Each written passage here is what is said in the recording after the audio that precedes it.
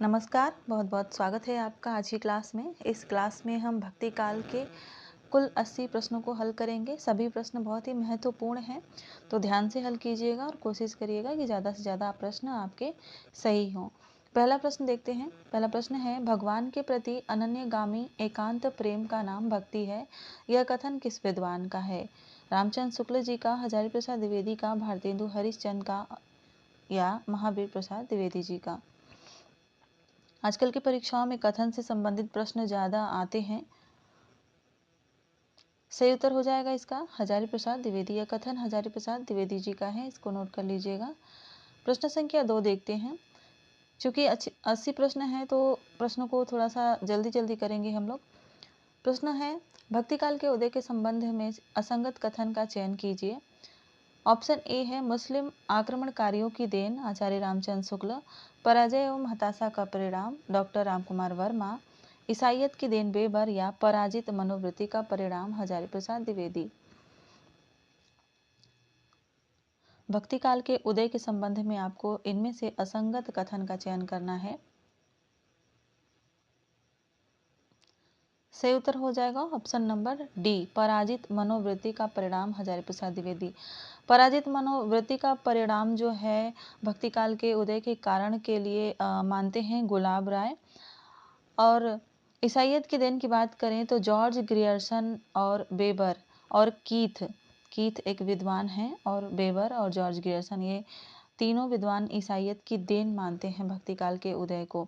हजारी प्रसाद द्विवेदी जो है भारतीय चिंतन धारा का स्वतः विकास मानते हैं। अगला प्रश्न देख लेते हैं। प्रश्न संख्या 3, संत काव्य धारा के प्रथम कवि और प्रस्तोता के संबंध में कौन सा विकल्प असंगत है? शुक्ल जी कबीर, हजारी प्रसाद द्विवेदी कबीर, रामकुमार वर्मा कबीर और रामस्वरूप चतुर्वेदी कबीर। इसमें से एक जो है विकल्प असंगत है, आपको बताना है कि कौन सा असंगत है। संत काव्य धारा के प्रथम कवि और उसके प्रस्तोता के बारे में। तो सही उत्तर की बात कर लेते हैं। सही उत्तर हो जाएगा इसका रामकुमार वर्मा कबीर। यह असंगत है क्योंकि रामकुमार वर्मा संत काव्य धारा के प्रथम कवि नामदेव को मानते हैं, इसलिए राइट आंसर हो जाएगा ऑप्शन नंबर सी। अगला प्रश्न देखिए। प्रश्न संख्या 4 है, गोद लिए हुलसी फिरे तुलसी सो सुत होए पंक्तियां किस कवि की हैं? तुलसीदास की, रहीमदास की, रसखान की या नाभादास की?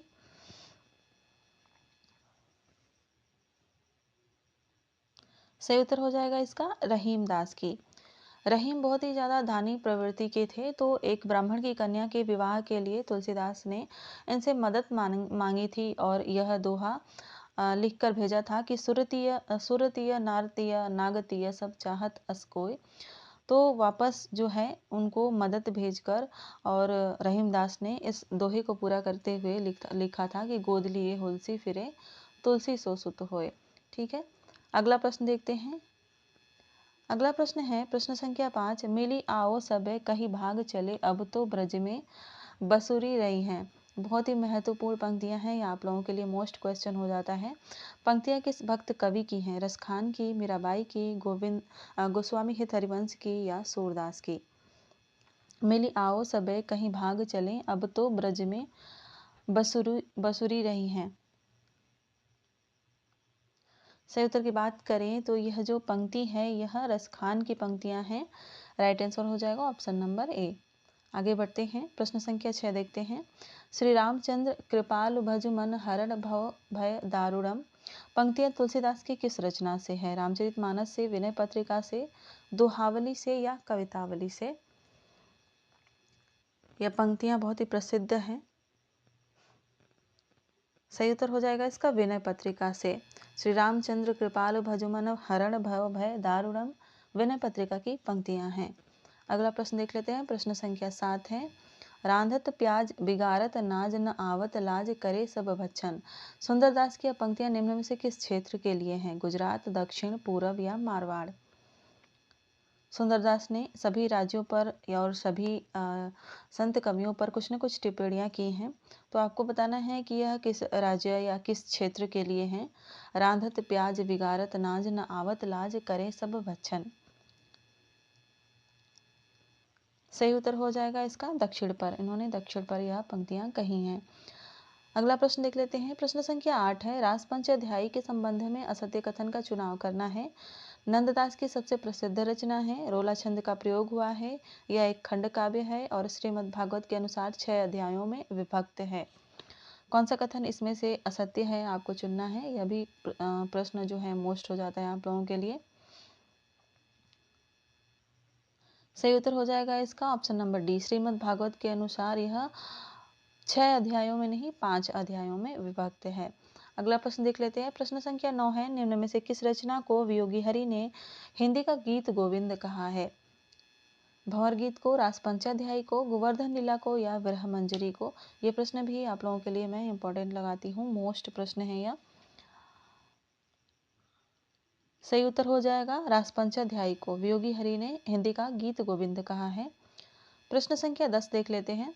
सूरसागर में कितने भ्रमर गीतों की योजना है। यह भी प्रश्न बहुत ही महत्वपूर्ण है आप लोगों के लिए, इंपॉर्टेंट हो जाता है जब भ्रमर गीत की बात आती है। तो सूरसागर में कितने भ्रमर गीतों की योजना है आपको बताना है, 1, 2, 3 या 4।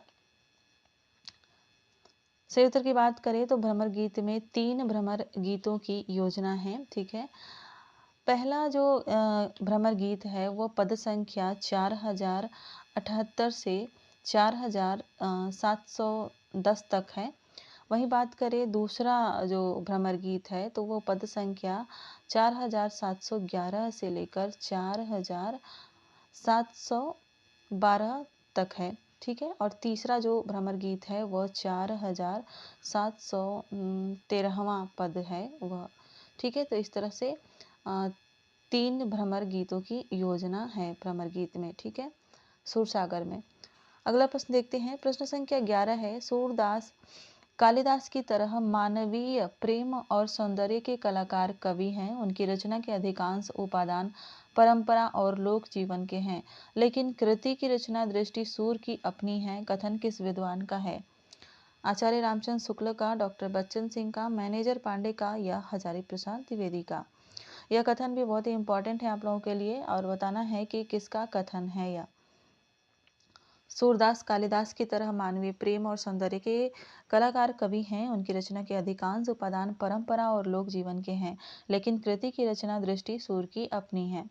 यह कथन मैनेजर पांडे का है और बहुत ही महत्वपूर्ण कथन है, इसको आप लोग नोट कर लीजिएगा। अगला प्रश्न देखते हैं। प्रश्न संख्या 13, रामचंद्रिका के लिए इसमें से असत्य कथन का चुनाव करना है। 40 प्रकरणों में विभक्त है, महाकाव्य है, प्रसन्न राघव के नैसत चरित का प्रभाव इस पर है और वाल्मीकि से इन्होंने प्रेरणा ली है। रामचंद्रिका के लिए इसमें से असत्य कथन का आपको चुनाव करना है। सही उत्तर हो जाएगा ऑप्शन नंबर ए, 40 प्रकरणों में नहीं 39 प्रकरणों में विभक्त है। ठीक है, आगे बढ़ते हैं। प्रश्न संख्या 14 है, अवध विलास के रचनाकार कौन है। हृदयराम, लालदास, नरहरि बारहट, नाभादास। अवध विलास किसकी रचना है। सही उत्तर हो जाएगा लालदास, लालदास की रचना है। रचना काल है 1643 ईस्वी। ठीक है, अगला प्रश्न देखते हैं, बढ़ते हैं अगले प्रश्न की तरफ। प्रश्न संख्या 15 है, कबीरदास का वाणी संग्रह बीजक कितने भागों में विभक्त है। 2, 3, 4 या 5। कबीरदास का वाणी संग्रह बीजक जो है वह कितने भागों में विभक्त है। सही उत्तर हो जाएगा इसका 3 भागों में। 3 भाग कौन कौन से हैं, पहला है साखी, फिर दूसरा हो जाता है सबद। ठीक है, और तीसरा जो है वह है रामायणी। साखी, सबद, रामायणी 3 भागों में विभक्त है। इसका संकलन जो है इनके शिष्य धर्मदास ने किया था। कब किया था, 1464 ईस्वी में। ठीक है, अगला प्रश्न देख लेते हैं। प्रश्न संख्या 16, कबीर का भक्ति आंदोलन विद्रोह मूलक है तो गोस्वामी जी का प्रतिरोधात्मक। यह कथन किस विद्वान का है। रामस्वरूप चतुर्वेदी, हजारी प्रसाद द्विवेदी, बच्चन सिंह या आचार्य रामचंद्र शुक्ल। कबीर का भक्ति आंदोलन विद्रोह मूलक है तो गोस्वामी जी का प्रतिरोधात्मक। सही उत्तर हो जाएगा इसका डॉक्टर बच्चन सिंह, बच्चन सिंह जी का यह कथन है। किसी भी प्रश्न के उत्तर में अगर आप डाउट है तो कमेंट करके पूछ सकते हैं, और साथ ही साथ कमेंट करने से पहले ये भी देखा करिए कि पहले से कोई कमेंट उस प्रश्न के लिए किया तो नहीं गया है। अगला प्रश्न देखते हैं, प्रश्न संख्या 17 है, रविदास के कितने पद गुरु ग्रंथ साहिब में संकलित हैं? यह पहले पूछा गया प्रश्न है, लेकिन फिर भी महत्वपूर्ण प्रश्न है। रविदास के कितने पद गुरु ग्रंथ साहिब में संकलित हैं? सही उत्तर है इसका 40। 40 पद जो है गुरु ग्रंथ साहिब में इनके संकलित किए गए हैं। अगला प्रश्न देखते हैं, तुलसीदास का जन्म स्थान राजापुर मानने वाले विद्वान इनमें से कौन नहीं है? बेनी माधव दास, शिव सिंह सेंगर, शुक्ल जी या हजारी प्रसाद द्विवेदी जी? तुलसीदास का जन्म स्थान राजापुर मानने वाले विद्वान इनमें से कौन नहीं है?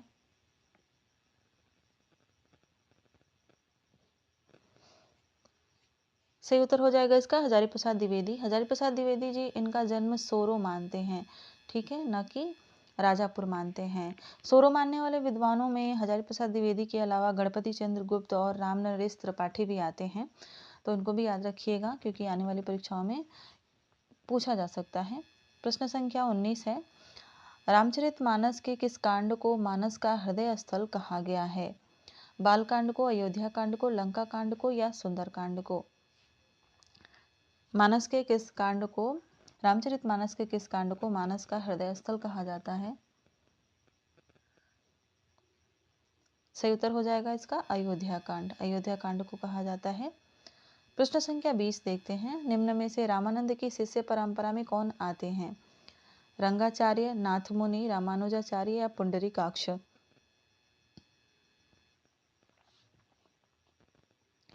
तो रामानंद की शिष्य परंपरा में आते हैं रामानुजाचार्य। ऑप्शन सी इसका राइट आंसर हो जाएगा। आगे देखते हैं, प्रश्न संख्या 21 है, अद्वैतवाद के अनुसार जीव और ब्रह्म एक है, संसार सत्य है, जीव और ब्रह्म अलग अलग है, ब्रह्म विशेषण युक्त है। कौन सा कथन सही होगा अद्वैतवाद के अनुसार? फटाफट अपने उत्तर जो है कमेंट में देते रहिए, मैं पूरी क्लास पर नज़र बनाए रखती हूँ। सही उत्तर हो जाएगा जीव और ब्रह्म एक हैं। अद्वैतवाद के अनुसार जीव और ब्रह्म एक हैं। अगला प्रश्न देखते हैं, प्रश्न है, कृष्ण के साथ राधा की महानता किस संप्रदाय की विशेषता है? श्री संप्रदाय, रुद्र संप्रदाय, ब्रह्म संप्रदाय या सनकादि संप्रदाय? कृष्ण के साथ राधा की महानता किस संप्रदाय की विशेषता है? सही उत्तर हो जाएगा इसका सनकादि संप्रदाय। अगला प्रश्न देखते हैं, प्रश्न संख्या 23, निम्नलिखित में से कौन सा कथन असत्य है? ज्ञानाश्रयी शाखा के कवि निराकार ब्रह्म की उपासना करते हैं, कबीर उच्च कोटि के साधक समाज सुधारक कवि हैं, प्रभु जी तुम चंदन हम पानी संत रविदास की पंक्ति है, या संत तुलसीदास ज्ञानाश्रयी शाखा के कवि हैं? आपको बताना है इसमें से असत्य कथन कौन सा है।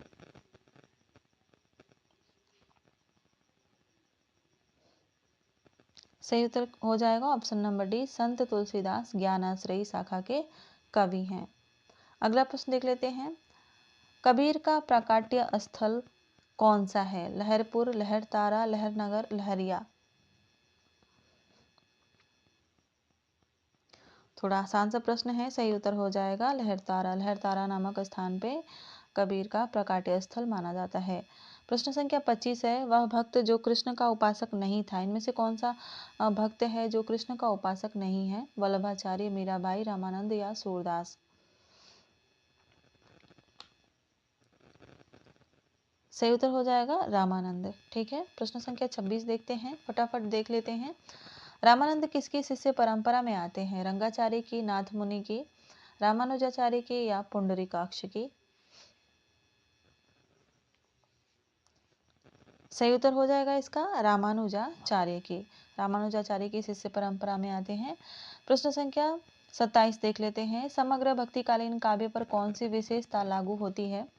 अवतार में विश्वास, जाति प्रथा का निषेध, अहंकार का त्याग और ईश्वरीय लीला का ज्ञान। देखने पे लगेगा कि ये सभी विशेषताएं भक्तिकालीन पर लागू होती हैं, लेकिन ध्यान दीजिएगा यहाँ पर समग्र भक्तिकालीन साहित्य पर पूछा गया है, तो इसका सही उत्तर हो जाएगा अहंकार का त्याग। ठीक है, अवतार में विश्वास समग्र भक्तिकालीन साहित्य पर लागू नहीं होता, क्योंकि जब हम संत कवियों की बात करते हैं तो वो अवतार में विश्वास नहीं करते थे। और जाति प्रथा का निषेध की बात करते हैं तो यहाँ पर भी संत कवि जाति प्रथा का निषेध करते हैं, लेकिन भक्त कवियों में कुछ कवि ऐसे थे जो जाति प्रथा का समर्थन करते थे। कहीं कहीं पर हम तुलसीदास जी को भी देखते हैं जाति प्रथा का समर्थन करते हुए। और ईश्वरीय लीला का गायन संपूर्ण भक्तिकालीन काव्य में नहीं हुआ है, इसलिए ऑप्शन सी इसका राइट आंसर हो जाएगा। प्रश्न संख्या 28 है, वह ग्रंथ जिसमें कबीर के आविर्भाव काल का स्पष्ट उल्लेख मिलता है वो कौन सा है? भक्तमाल, कबीर गोरस गुष्ट, कबीर चरित्र बोध या कबीर परचई। कौन सा ग्रंथ इसमें से है जिसमें कबीर के आविर्भाव काल का स्पष्ट उल्लेख मिलता है? सही उत्तर हो जाएगा कबीर चरित्र बोध। कमेंट में बताइए कि कबीर चरित्र बोध किसकी रचना है। अगला प्रश्न देख लेते हैं, कबीर के साहित्य में किस तत्व की प्रधानता है? रस की, अलंकार की, छंद की या संदेश की? से उत्तर क्या हो जाएगा? संदेश की। अगला प्रश्न है प्रश्न संख्या 30, हिंदी का निर्गुण काव्य किस संप्रदाय से प्रभावित माना जाता है? श्री संप्रदाय, ब्रह्म से, नाथ से या सनकादि संप्रदाय से? हिंदी का निर्गुण काव्य किस संप्रदाय से प्रभावित माना जाता है? सही उत्तर हो जाएगा इसका नाथ संप्रदाय। हिंदी का जो निर्गुण काव्य है वह नाथ संप्रदाय से प्रभावित माना जाता है। प्रश्न संख्या 31 देखते हैं, संत साहित्य का स्वरूप क्या है? मुक्तक काव्य है, खंड काव्य है, प्रबंध काव्य है या गीति नाट्य है? संत काव्य का जो स्वरूप है संत साहित्य का वह मुक्तक काव्य है। ऑप्शन ए इसका राइट आंसर हो जाएगा। प्रश्न संख्या 32 देखते हैं, कबीर का दार्शनिक चिंतन कौन सा है? एकेश्वरवादी, रहस्यवादी, द्वैतवादी या अद्वैतवादी? कबीर का दार्शनिक चिंतन इसमें से कौन सा है? सही उत्तर हो जाएगा रहस्यवादी। कबीर का जो दार्शनिक चिंतन है वह रहस्यवाद है। अगला प्रश्न देख लेते हैं, प्रश्न संख्या 33 है, निर्गुण साधक भक्ति कवियों में कालानुक्रम प्रथम उल्लेख किसका होगा? ज्ञानदेव का, नामदेव का, कबीर का या रैदास का? निर्गुण साधक भक्त कवियों में कालानुक्रम यानी कालक्रमानुसार प्रथमो उल्लेख्य कौन है?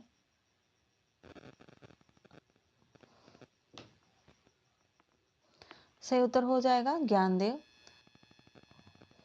अगला प्रश्न है, निरति से क्या आशय है? जगत प्रपंच से विरक्ति, आराध्य में अनुरक्ति, कुंडलिनी जागरण और ब्रह्म दर्शन की अनुभूति।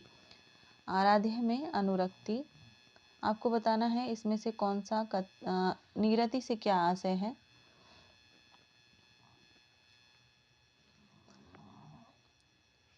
सही उत्तर की बात करें तो सही उत्तर हो जाएगा ऑप्शन नंबर ए, जगत प्रपंच से विरक्ति को कहते हैं निरति। अगला प्रश्न देखते हैं, प्रश्न संख्या 35, कबीर के मरने के उपरांत उनकी गद्दी किसने संभाली थी? दरिया साहब ने, सुंदरदास ने, धर्मदास ने या कमाल ने? सही उत्तर हो जाएगा धर्मदास ने। इनके शिष्य धर्मदास ने इनकी गद्दी संभाली थी। अगला प्रश्न है, कबीर का निधन कहाँ हुआ था? काशी में, मगहर में, प्रयाग में या मथुरा में? सही उत्तर हो जाएगा मगहर में। अगला प्रश्न देखते हैं, कबीर परिचय के रचयिता कौन है? अनंतदास, नाभादास, धर्मदास, गोकुल नाथ। कबीर परिचय के रचयिता कौन है जिसमें कबीर का परिचय मिलता है? सही उत्तर है अनंतदास। अनंतदास की रचना है। अगला प्रश्न देखते हैं, प्रश्न संख्या 38 है, कबीर की उलटवासियों का मुख्य उद्देश्य क्या है? रहस्यवाद का प्रदर्शन, काव्य चमत्कार युक्त कथन, जनमानस को प्रभावित करना या काव्य का मर्म समझने के लिए जिज्ञासा पैदा करना। कबीर की उलटवासियों का मुख्य उद्देश्य इनमें से कौन सा हो जाएगा?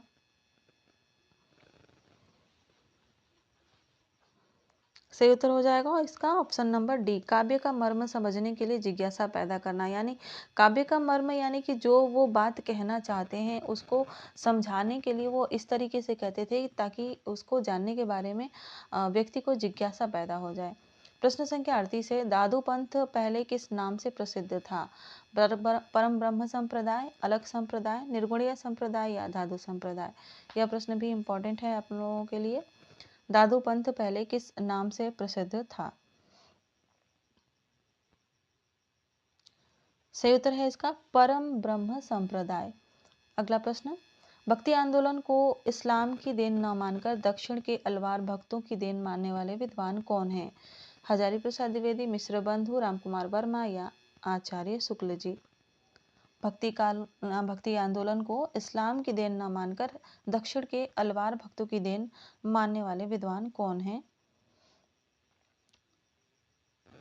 सही उत्तर है इसका आचार्य हजारी प्रसाद द्विवेदी जी। प्रश्न संख्या 41 देखते हैं। भक्ति का सर्वप्रथम उल्लेख किस में मिलता है? श्वेता उपनिषद में, कठोपनिषद में, भागवत पुराण में या ऋग्वेद में? भक्ति का सर्वप्रथम उल्लेख किस में मिलता है? सही उत्तर हो जाएगा इसका ऑप्शन नंबर ए यानी श्वेता उपनिषद में। प्रश्न संख्या 42 है। कथादि में अनुरक्ति को भक्ति किसने माना है? व्यास ने, नारद ने, गर्ग ने, मोनियर विलियम्स ने। कथा आदि में अनुरक्ति को भक्ति किसने माना है? सही उत्तर हो जाएगा इसका गर्ग ने। अगला प्रश्न देख लेते हैं। भक्ति भावना का मूल स्रोत भारत के किस भाग में माना गया है? उत्तर भारत, दक्षिण भारत, पूर्वोत्तर भारत, पश्चिम भारत। भक्ति भावना का मूल स्रोत भारत के किस भाग में माना गया है?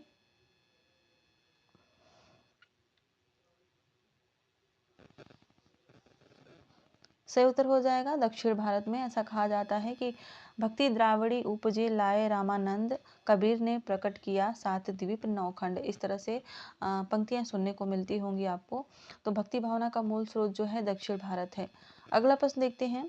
प्रश्न संख्या 44 है। सगुणोपासक भक्त भगवान के सगुण और निर्गुण दोनों रूप मानता है, पर भक्ति के लिए सगुण रूप ही स्वीकार करता है, निर्गुण रूप ज्ञान मार्गियों के लिए छोड़ देता है। यह कथन किस आलोचक का है? शुक्ल जी का, हजारी प्रसाद द्विवेदी का, गणपति चंद्र गुप्त का या पीताम्बर दत्त बर्थवाल का? यह प्रश्न भी बहुत ही महत्वपूर्ण है। कथन वाले तो सारे प्रश्न बहुत ही महत्वपूर्ण हैं। कथन वाले जितने भी प्रश्न हैं इनको अच्छी तरीके से प्रैक्टिस किया करिए आप लोग। क्लास को आप 2 बार भी देख सकते हैं और जो प्रश्न नहीं आ रहे हैं उनको नोट भी कर सकते हैं। यह कथन आचार्य रामचंद्र शुक्ल जी का है। राइट आंसर है ऑप्शन नंबर ए। प्रश्न संख्या 45 देखते हैं। हिंदुओं में मुसलमानों से लोहा लेने की शक्ति नहीं थी।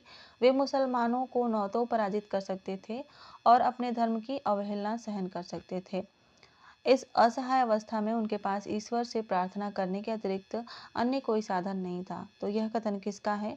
डॉक्टर रामकुमार वर्मा, नामवर सिंह, डॉक्टर नगेंद्र या जॉर्ज ग्रियर्सन?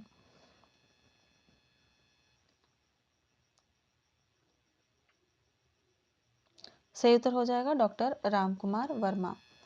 अगला प्रश्न देख लेते हैं। प्रश्न है, मोनियर विलियम के अनुसार भक्ति शब्द की उत्पत्ति इसमें से किससे हुई है? भज से, भजू से, भव से, भक्ति से?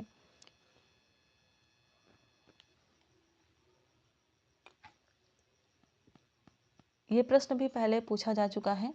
सही उत्तर है भज से। मोनियर विलियम के अनुसार भक्ति शब्द की उत्पत्ति भज से हुई थी, भज धातु से।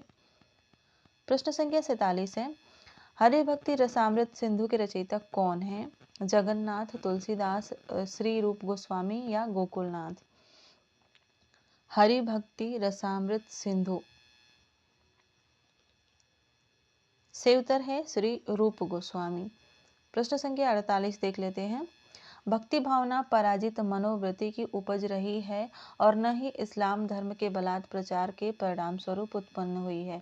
हिंदू सदा से आशावादी रहा है। यह कथन किसका है? शुक्ल जी का, हजारी प्रसाद द्विवेदी का, बच्चन सिंह का या जॉर्ज ग्रियर्सन का? जब आप इसका अर्थ समझते हैं तो इसका उत्तर अपने आप ही आपको समझ में आ जाएगा। सही उत्तर हो जाएगा हजारी प्रसाद द्विवेदी। ये मानते हैं कि हिंदुओं के स्वतः विकास का परिणाम थी भक्ति।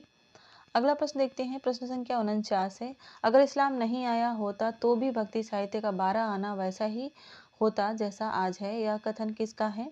शुक्ल जी का, डॉक्टर नगेंद्र का, हजारी प्रसाद द्विवेदी का या नामवर सिंह का? सही उत्तर हो जाएगा हजारी प्रसाद द्विवेदी। अगला प्रश्न देखते हैं। प्रश्न संख्या 50 है। निर्गुण भक्ति का आधार ग्रंथ कौन सा है? भागवत गीता, उपनिषद, श्वेता उपनिषद या पुराण? निर्गुण भक्ति का आधार ग्रंथ इसमें से कौन सा है?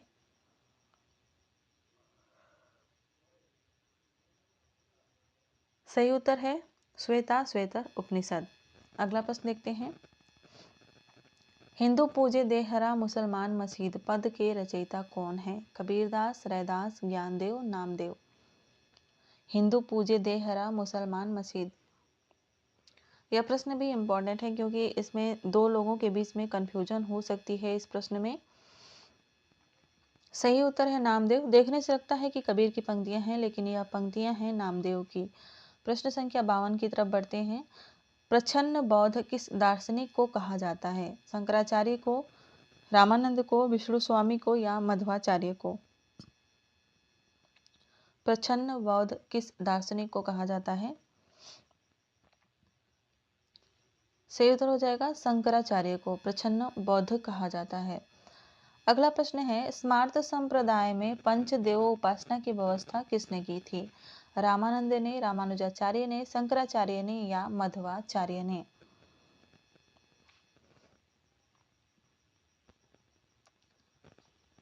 सही उत्तर हो जाएगा इसका शंकराचार्य ने। ऑप्शन नंबर सी इसका राइट आंसर हो जाएगा। प्रश्न संख्या 54 को देख लेते हैं। जब मुसलमान साम्राज्य दूर दूर तक स्थापित हो गया तब हिंदू जनता हताश, निराश एवं पराजित हो गई थी। पराजित मनोवृत्ति में ईश्वर की भक्ति की ओर होना स्वाभाविक था। कथन किसका है? शुक्ल जी का, नामवर सिंह का, हजारी प्रसाद द्विवेदी का, डॉक्टर नगेंद्र का? प्रश्न संख्या 54 का उत्तर दीजिए। यह कथन भी आचार्य रामचंद्र शुक्ल का है। राइट आंसर है ऑप्शन नंबर ए। अगला प्रश्न है, श्री कृष्ण के अवतार से पूर्व भागवत धर्म के नाम क्या क्या थे?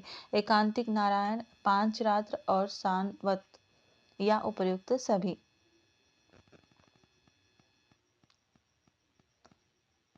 सही उत्तर हो जाएगा इसका उपर्युक्त सभी। ये सभी नाम थे। प्रश्न संख्या 56 को देखते हैं।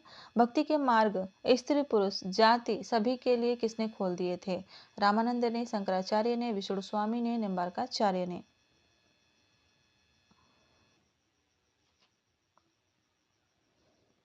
और इसका सही उत्तर हो जाएगा रामानंद ने। रामानंद ने भक्ति का मार्ग सभी के लिए खोल दिया था, चाहे वो स्त्री हो या पुरुष हो या निम्न जाति या किसी भी जाति के लोग हों। जब हम रामानंद के शिष्यों को देखते हैं तो उसमें हमें धोबी, लोहार, चमार सभी जाति के पुरुष दिखाई देते हैं। अगला प्रश्न देखते हैं। प्रश्न संख्या 57 है। देश मलेच्छाक्रांत है कथन किसका है? तुलसीदास का, वल्लभाचार्य का, शंकराचार्य का या रामानुजाचार्य का? देश मलेच्छाक्रांत है यानी मलेच्छ से आक्रांत है। सही उत्तर है वल्लभाचार्य। वल्लभाचार्य ने ऐसा कहा था। 58 को देख लेते हैं। बादरायण ने ब्रह्मसूत्रों की रचना कब की थी? यह प्रश्न इंपॉर्टेंट है आप लोगों के लिए। 340 ईस्वी, 370 ईस्वी, 380 या 350 ईस्वी में? बादरायण ने ब्रह्मसूत्रों की रचना कब की थी? तो इन्होंने की थी सन 380 के आसपास। राइट आंसर हो जाएगा ऑप्शन नंबर सी। प्रश्न संख्या 59 है। नामदेव के गुरु कौन थे? यह प्रश्न पूछा जा चुका है पहले। विशोबा खेचर, ज्ञानदेव, एकनाथ, तुकाराम। नामदेव के गुरु कौन थे? प्रश्न थोड़े से ज़्यादा हैं यानी 80 प्रश्न कर रहे हैं, इसलिए मैं जल्दी जल्दी आप लोगों को करवा रही हूँ। हमारी जो बहनें हैं, गृहिणियाँ हैं, वह क्लास को देखते हुए, अपने काम करते हुए, सुनते हुए भी इस क्लास को देख सकती हैं। सही उत्तर है विशोबा खेचर। नामदेव के गुरु थे विशोबा खेचर। अगला प्रश्न देख लेते हैं। प्रश्न संख्या 60 है। माई न होती, बाप न होते, कर्म न होता काया, हम नहीं होते, तुम नहीं होते, कौन कहाँ ते आया? पद किसका है? नामदेव का, ज्ञानदेव का, विशोबा खेचर का या इनमें से कोई नहीं? वैसे ये पंक्तियां बहुत ही महत्वपूर्ण हैं। कितनी अच्छी पंक्तियां हैं कि माई न होती, बाप न होते, कर्म न होता काया, हम नहीं होते, तुम नहीं होते, कौन कहाँ ते आया? सही उत्तर है इसका नामदेव। नामदेव की पंक्तियां हैं। अगला प्रश्न देख ले। प्रश्न संख्या 61 देखते हैं। नामदेव द्वारा लिखित निर्गुण पदों की भाषा क्या है? सधुक्कड़ी है, ब्रज है, प्राकृत है, मराठी है? नामदेव द्वारा लिखित निर्गुण पदों की भाषा क्या है? सही उत्तर है इसका सधुक्कड़ी। प्रश्न संख्या 62 देखते हैं। 62। आचार्य शुक्ल के अनुसार भक्ति आंदोलन आया था कहाँ से? पूर्व से, पश्चिम से, दक्षिण से, उत्तर से? आजकल की परीक्षाओं में अलग अलग विद्वानों के अनुसार किसी भी तथ्य को पूछा जाता है। तो यहाँ से शुक्ल जी के अनुसार पूछा गया है। आप बताइए कि शुक्ल जी के अनुसार भक्ति आंदोलन कहाँ से आया था? पूर्व से, पश्चिम से, दक्षिण से, उत्तर से। सही उत्तर हो जाएगा दक्षिण से। शुक्ल जी भी दक्षिण से ही मानते हैं। प्रश्न संख्या 63 है, नारद भक्ति सूत्र में भक्ति के कितने भेद माने गए हैं? 10, 11, 2, 3। सही उत्तर है इसका 11। भक्ति के 11 भेद माने गए हैं नारद भक्ति सूत्र के अनुसार। प्रश्न संख्या 64 है, हमें सुमेलित करना है और सही कूट का चयन करना है। ठीक है, एक तरफ संप्रदाय है, दूसरी तरफ प्रवर्तक है। तापसी शाखा, रसिक संप्रदाय, सत्यनामी संप्रदाय और राधा वल्लभी संप्रदाय आपको मिलाना है। मिला लेते हैं। तापसी शाखा की बात करें तो किलदास हो जाएंगे, वहीं रसिक संप्रदाय की बात करें तो अग्रदास का है यह, और सत्यनामी संप्रदाय की बात करें तो जगजीवन दास का है, और राधा वल्लभ संप्रदाय हित हरिवंश का है। ऑप्शन नंबर ए ही इसका राइट आंसर हो जाएगा। प्रश्न संख्या 65 को देख लेते हैं। हरिदास निरंजनी द्वारा स्थापित संप्रदाय कौन सा है? सत्यनामी, रसिक संप्रदाय, निरंजनी संप्रदाय या राधा वल्लभ संप्रदाय? हरिदास निरंजनी द्वारा स्थापित संप्रदाय है निरंजनी संप्रदाय। नाम से जुड़ा हुआ है तो आप आसानी से पहचान सकते हैं। अगला प्रश्न है, शांत शब्द से संत की उत्पत्ति मानने वाले विद्वान कौन हैं? परशुराम चतुर्वेदी, डॉक्टर पीताम्बर दत्त बड़थवाल, डॉक्टर गणपति चंद्रगुप्त या आचार्य विजय मोहन? सही उत्तर हो जाएगा इसका पीताम्बर दत्त बड़थवाल। संत शब्द की उत्पत्ति ये शांत शब्द से मानते हैं। ठीक है, प्रश्न संख्या 67 देखते हैं। रामानंद ने किस दर्शन को माना है? अद्वैतवाद, विशिष्ट अद्वैतवाद, द्वैतवाद या द्वैताद्वैतवाद? रामानंद की बात आती है तो ये विशिष्ट अद्वैतवाद के दर्शन को मानते हैं। राइट आंसर हो जाएगा ऑप्शन नंबर बी। प्रश्न संख्या 68 को देख लेते हैं। भक्ति आंदोलन को निर्गुण भक्ति साहित्य और सगुण भक्ति साहित्य दो भागों में किसने विभाजित किया? शुक्ल जी ने, हजारी प्रसाद द्विवेदी ने, राम कुमार वर्मा ने या गणपति चंद्रगुप्त ने? भक्ति आंदोलन को निर्गुण भक्ति साहित्य और सगुण भक्ति साहित्य दो भागों में किसने विभाजित किया है?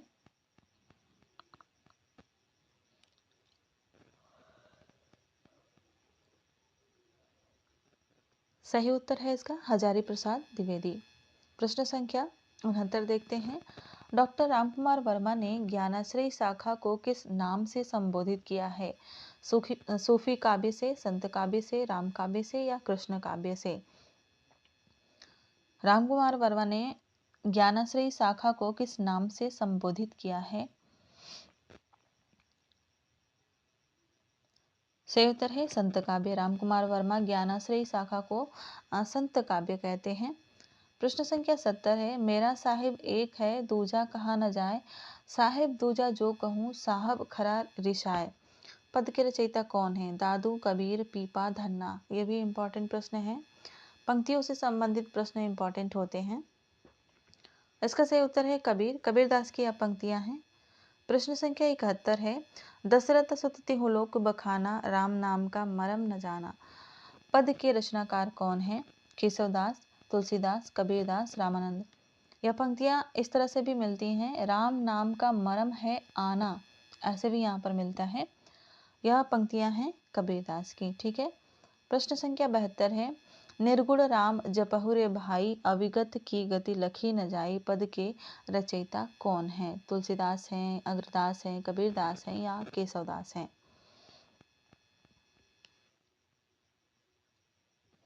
सही उत्तर है इसका कबीरदास। यह भी पंक्तियां कबीरदास की ही हैं। प्रश्न संख्या 73 है। भक्तमाल के अनुसार रामानुजाचार्य की शिष्य परंपरा में रामानंद किस पीढ़ी के शिष्य थे? प्रथम, द्वितीय, तृतीय या चतुर्थ? भक्तमाल के अनुसार रामानुजाचार्य की शिष्य परंपरा में रामानंद किस पीढ़ी के शिष्य थे? सही उत्तर है इसका चतुर्थ पीढ़ी के। ठीक है, चौथी पीढ़ी के शिष्य थे। प्रश्न संख्या 74 है। रामानंद के गुरु कौन थे? ब्रजानंद, राघवानंद, बल्लभाचार्य या नरहरियानंद? रामानंद के गुरु कौन थे? सही उत्तर है राघवानंद। अगला प्रश्न देख लेते हैं। प्रश्न संख्या 75 है, रामावत संप्रदाय का मूल मंत्र क्या है? राम राम है, सीताराम है, अ एवं ब दोनों हैं या केवल सीता है? रामावत संप्रदाय का मूल मंत्र क्या है? सही उत्तर हो जाएगा अ एवं ब दोनों, यानी राम राम और सीताराम दोनों कहते हैं। प्रश्न संख्या 76 है, रामानंद के प्रमुख शिष्य इनमें से कौन है? सुखानंद, अनंतानंद, भावानंद, नरहरियानंद, सुरसुरानंद, सुरसरी, पद्मावती, धन्ना, पीपा, सेन, कबीर, रैदास या उपयुक्त सभी? रामानंद के प्रमुख शिष्य इनमें से कौन है? यह प्रश्न बहुत ही आसान है। ये सभी शिष्य रामानंद के हैं। ऑप्शन डी इसका राइट आंसर हो जाएगा। प्रश्न संख्या 77 है, प्रसंग पारिजात के रचनाकार कौन है? राधोदास, चेतन दास, अनंत दास, प्रियादास? प्रसंग पारिजात के लेखक कौन है, यानी रचनाकार कौन है? सही उत्तर है इसका चेतन दास। अगला प्रश्न देख लेते हैं। यह एक कथन से संबंधित प्रश्न है। कबीर का प्रादुर्भाव एक घटना है। हिंदी भक्ति काव्य का प्रथम क्रांतिकारी पुरस्कर्ता कबीर ही है। कथन किस विद्वान का है?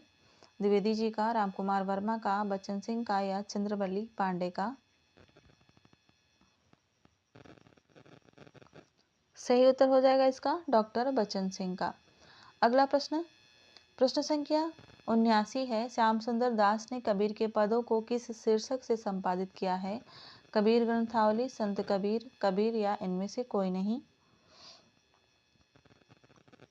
और इसका सही उत्तर है कबीर ग्रंथावली नाम से इन्होंने संपादन किया है। अगला प्रश्न है, अगला और अंतिम प्रश्न है, कबीर की रचनाओं को धर्मदास द्वारा बीजक में संपादित कब किया गया था? सन 1468 में, सन 1565 में, सन 1464 में या सन 1562 में? यह इस प्रैक्टिस सेट का अंतिम प्रश्न है। कमेंट में अपने उत्तर दीजिए और प्रैक्टिस सेट कैसी लगी ये भी बताइएगा, और अपने दोस्तों के साथ भी क्लास को शेयर किया कीजिए और लाइक भी कीजिए अगर अच्छा लगे तो, ताकि वीडियो की रीच बढ़ जाए। सही उत्तर हो जाएगा इसका ऑप्शन नंबर सी, सन 1464 ईस्वी में। ठीक है, तो मिलते हैं अगली क्लास में। तब तक के लिए धन्यवाद। अपनी पढ़ाई मेहनत से कीजिएगा।